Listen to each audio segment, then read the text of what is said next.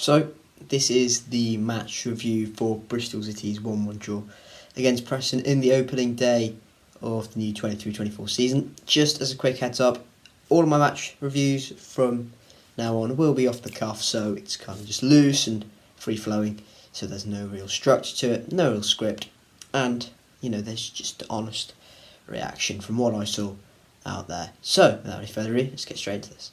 So the team wasn't really what we expected. It was not kind of what most fans had predicted.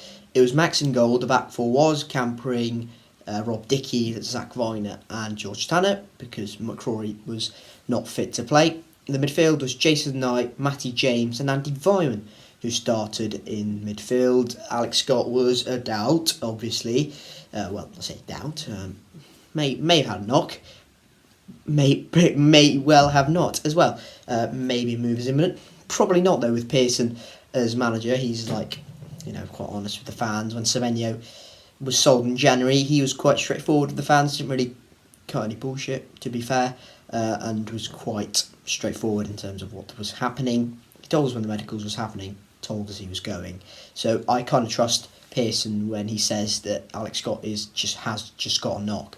And he was seen at Ashton Gate for the game as well. Off the left, it was Sam Bell. Up top, it was Naki Wells. So no Tommy Conway starting from the off. He was brought on though. On the right, it was Harry Cornick as well. So no Mark Sykes in the team either. And with hindsight, probably better off if we started Sykes and or Tommy Conway in the team. Because Naki Wells and Harry Cornick, not really very productive, not very useful in the side. The first half was just absolutely hopeless, really. We were really, really poor, didn't get going at all. In fact, both sides were really poor. Nothing in the game, no real big chances. And the one big chance we did have, it was from a mistake from Preston. I think it was one of the centre-backs trying to give it back to Freddie Woodman in the Preston goal. And Naki Wells cuts it out on the right-hand side. He puts a wonderful whipped ball in with a lot of pace into Sam Bell. It's a lot of pace, but it's the perfect pace because it's quite a bit out. And Sam Bell comes onto it like a striker did, but he puts it straight at Freddie Woodman. 9 out of 10 times Sam Bell normally scores that. I remember in the Cup last season against West Brom, I think he scored a similar goal to that, in that kind of position. So, it was a bit disappointing not to see him score. But he made amends in the second half, which is good. But in the first half, nothing major happened. But for City, Andy Vyman did go off injured though in the post-match press conference with the club. Pearson said it was a recurring heel problem which he had in the week, and that Andy Vyman had an injection to get him through the game, which I found rather bizarre because we have more than capable replacement in Joe Williams who will go straight into that 8 and just do very well to just stay in the game, and he'll be a solid 7 or 8 out of 10. So I didn't really see the point in playing Andy Vyman if he's going to take an injury, and a very possible chance of that injury reoccurring as well. So very, very, it didn't make sense to me. But I suppose with hindsight, it's very, very, very, very unfair. But yeah, first half, nothing major happened. Second half, though, City really turn it on in the first sort of few minutes, and we come out the blocks very quickly. In the first half, it was basically the reason we couldn't do much was because Preston set up really well. In kind of that midfield of McCann, Brown, Letson and Matthew Jensen, along with Will Keane leading the line, they kind of made it a block in that midfield, and it just ensured we could not get anywhere near in terms of breaking them down through the middle. So we had to kind of find the spaces. But because Matty James is kind of our midfield circulator, and he's in the middle, and he's looking around and he's going, where the hell's the space?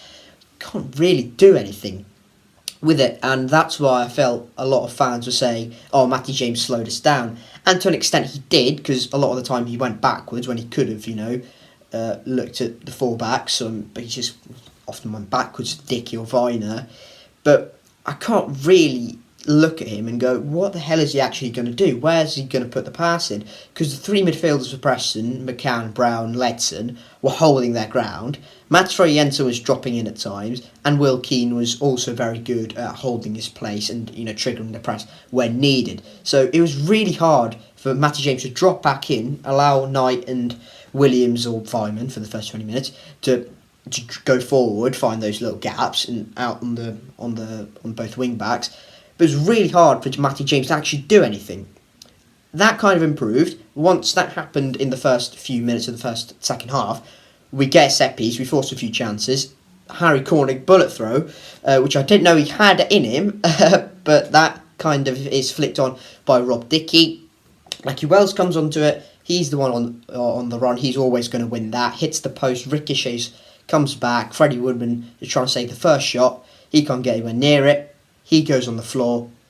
Sam Bell pokes in on the rebound as Bristol City take a lead.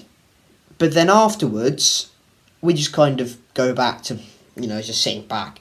Which last season and a couple of seasons ago, when all those late equalisers and winners happened, we just kind of sat back and allowed Preston to just dictate the game. And it was just really, really frustrating to watch because you just felt that Preston were eventually going to score, and they eventually did. They hit the post.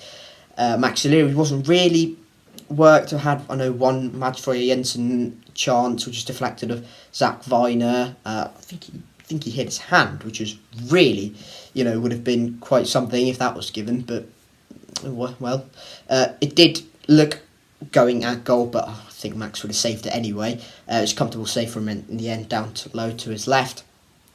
But then, the Preston, set pieces came. Their left wing back, Best, really impressive.